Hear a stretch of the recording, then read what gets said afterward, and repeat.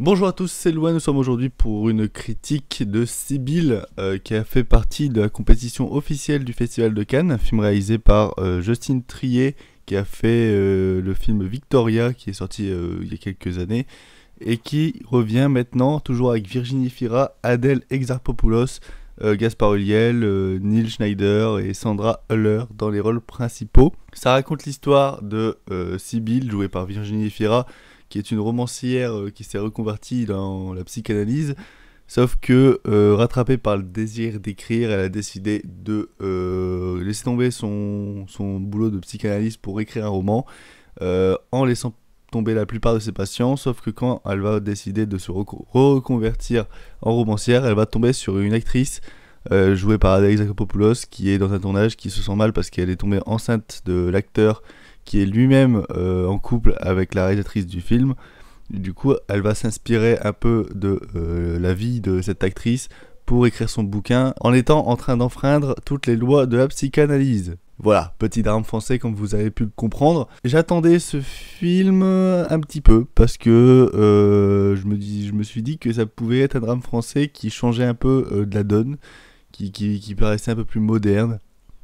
Et en plus, c'est Virginie Fira, voilà, c'est à la fois un plaisir pour les yeux et un plaisir en tant qu'actrice parce qu'elle sait tout jouer et encore dans ce film elle le prouve que c'est une excellente actrice. Après, pour mon ressenti global, je trouve le film assez pauvre et avec beaucoup trop de défauts pour franchement considérer ce film comme un bon film en général. C'est le genre de film que de base je n'aime pas du tout. Je ne peux pas entrer dans ce genre de film.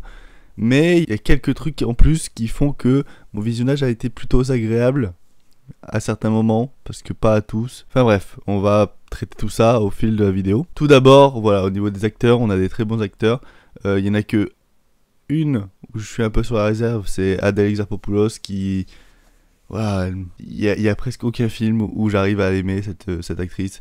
J'ai l'impression qu'on la prend juste parce que elle sait bien chialer et elle joue bien...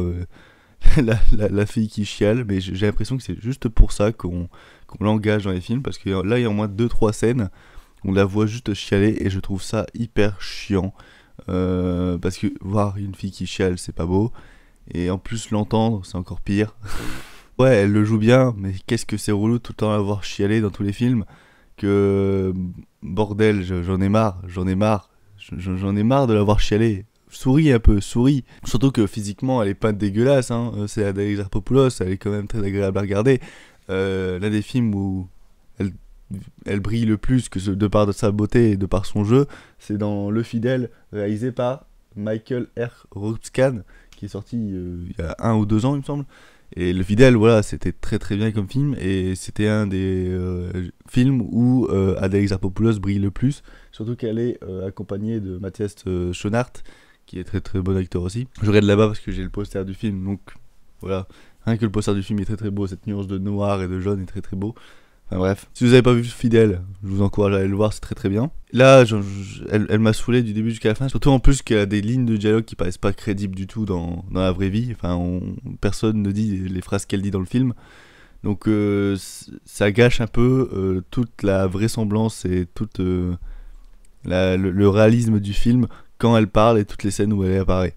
Enfin bref. En plus de ça, on a une mise en scène qui est très plate, une très grande partie du film. On a une mise en scène qui est très plan-plan ou très branlette.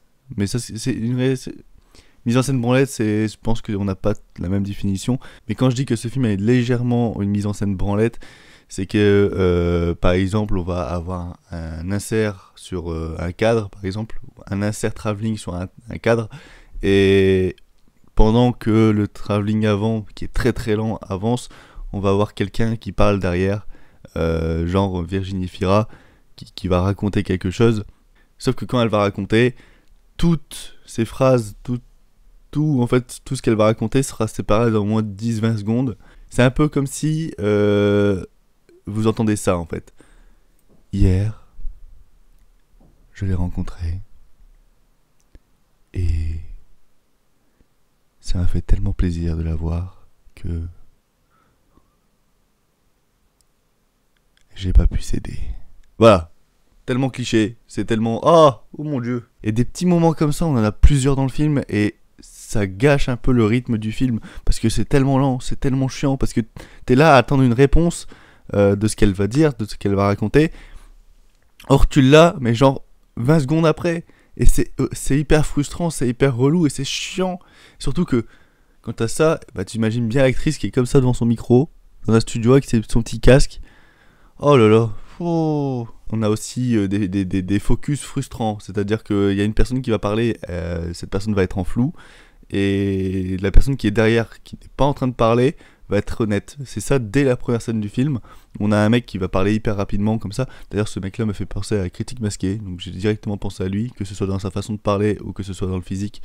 Ce mec-là ressemble à la Critique Masqué de ouf. Mais voilà, le mec qui va parler, ça va être celui qui a vraiment le monopole de la parole. Il va être en flou.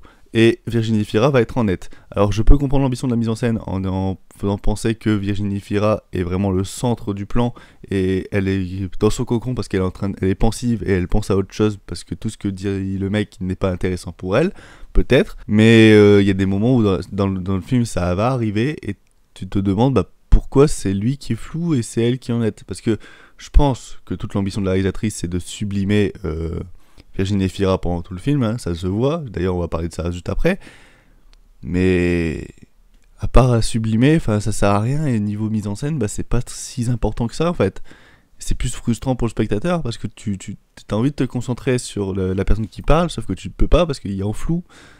Il est pas net. Pour ce qui est de la glorification et du sublimement de Virginie Fira, elle se lâche là. Hein. Putain, niveau scène de cul, elle se lâche. En sortant de la salle, j'ai directement mis un tweet sur le film. C'est Virginie Fira, c'est une des actrices les plus fantasmées par les mecs en France. Une actrice française en tout cas. Ouais, elle a pas peur de se retrouver sur Pornhub dans 3 mois. C'est parce qu'il y a une scène, elle dure environ 2-3 minutes dans le film où elle est vraiment en train de bien baiser avec Neil Schneider. Tu te dis, mais putain, on dirait presque que c'est non simulé. Enfin, c'est fou. C'est surprenant parce que Virginie Fira, je sais qu'elle est capable de faire ça, mais une scène aussi réaliste que ça, je pensais pas. Je pensais pas, et aussi longue surtout. Parce que moi, au départ, j'avais vu cette scène-là, j'avais vu un plan dans la bande-annonce qui allait avoir une scène de cul avec Virginie Fira. Je pensais que ça allait durer 30 secondes et puis basta. Non, elle durait un bon 2-3 minutes et je pense que le rush final durait beaucoup plus longtemps que ça. Ah, et sinon, les 40 premières minutes du film sont d'une longueur et c'est abominable, c'est atroce. Comme je vous ai dit, il y a des plans longs où quelqu'un va parler en voix off derrière, presque comme si c'était un dialogue, sauf que tu l'entends que c'est pas un dialogue, hein, c'est quelqu'un qui parle devant un micro, enfin, faut pas abuser. Il y a ça, mais il y a un montage. Oh, il est horrible le montage, il est... Oh. Parce que pour t'y retrouver entre ce qui se passe maintenant, ce qui est fantasmé et ce qui s'est passé avant, en fait les cuts, enfin les flashbacks ou les moments présents vont se superposer comme ça, comme étant une sorte d'échelle, sans forcément avoir de raccord, parce que des fois il y a Virginie Fira qui va être dans sa salle de bain et qui va penser à ce qui s'est passé 6 ans avant. Enfin même, on sait même pas si ça s'est passé à combien de temps. On pense que c'est 8-9 ans, mais on n'est pas sûr. Et le seul moyen de savoir si c'est la Virginie Fira d'il y a 8 ans ou si c'est la Virginie Fira maintenant, c'est que maintenant elle vapote et avant elle fumait. Mais tant que vous n'avez pas trouvé le raccord, vous n'allez pas savoir si c'était avant, après, maintenant, toujours dans le futur. Vous comprenez rien. Et ça m'a pris au moins un bon 20 minutes pour comprendre que la Virginie Fira que j'étais en train de suivre avec Neil Schneider, c'était la Virginie Fira d'il y a 8 ans. Parce qu'avant, je comprenais pas. J'étais en mode, qu'est-ce qu'elle fait? Elle trompe son mari? Elle fait quoi? Mais surtout que tu peux penser ça, parce que t'as limite l'impression qu'elle trompe son mari tous les jours. Donc, non, et après ces 40 minutes hyper chiantes, il y a Virginie Fira qui va prendre l'avion et qui va rejoindre l'actrice dans le lieu de tournage, parce qu'elle a le film à tourner. Et tout ce qui se passe pendant la production du film, où elle est sur le lieu de tournage, est plutôt intéressant. Là, on se fait pas chier, parce qu'il y a des trucs intéressants, que ce soit au niveau de la mise en scène ou au niveau du scénario. Ça dure pas comme ça jusqu'à la fin, mais on a un bon 30-40 minutes en plein milieu du film qui est plutôt sympathique à regarder et qui est plutôt intéressant. On a toute une scène où le personnage de Gaspard Ulliel doit chanter une chanson, jouer à un acteur qui chante une chanson dans le tournage, et on aura tout un sorte de plan long qui est plutôt sympathique à regarder parce que on a Gaspard Ulliel qui va chanter et tout ça, il va rencontrer Alex Exarchopoulos. Sauf que Gaspard Ulliel va se planter, il va dire couper, machin. La réalisatrice va aller va aller le voir. Sauf qu'on est toujours sur la caméra qui filme la scène, justement, on n'est pas sur une caméra normale. On est sur la caméra qui filme la scène, et quand elle va partir de l'autre côté, et bah le filtre qu'il y avait sur la caméra qui filme la scène va se retirer, et la caméra va se tourner pour filmer ce qui se passe hors cadre du film, de la caméra de la réalisatrice du film filmé dans le film. Ah, c'est compliqué. Ouh, on a également plein de petites touches d'humour, parce que dans cette même scène, on a un figurant qui doit essayer de jouer du piano en raccord avec la musique qui est jouée, sauf que c'est pas un pianiste. Et du coup, bah, on va plus être concentré sur le piano, avec le mec qui joue les fausses notes et qui n'est pas en rythme avec le piano, plutôt que l'acteur qui joue. Et après, il y a même la réalisatrice qui fait une réflexion, ouais, essaye de mieux jouer le piano, essaye que ce soit réaliste, parce que même quand il n'y a pas de piano, tu vois le mec qui fait ça. Genre comme dans les films des années 50. Voilà, des petites touches d'humour, des petites touches d'anecdotes de tournage, on va dire, qui sont dissimulées dans le film en lui-même, ce qui est plutôt intéressant également. Et même on a tout un envers du décor, comment on dirige les acteurs, ce qui est plutôt intéressant quand on veut s'intéresser au cinéma.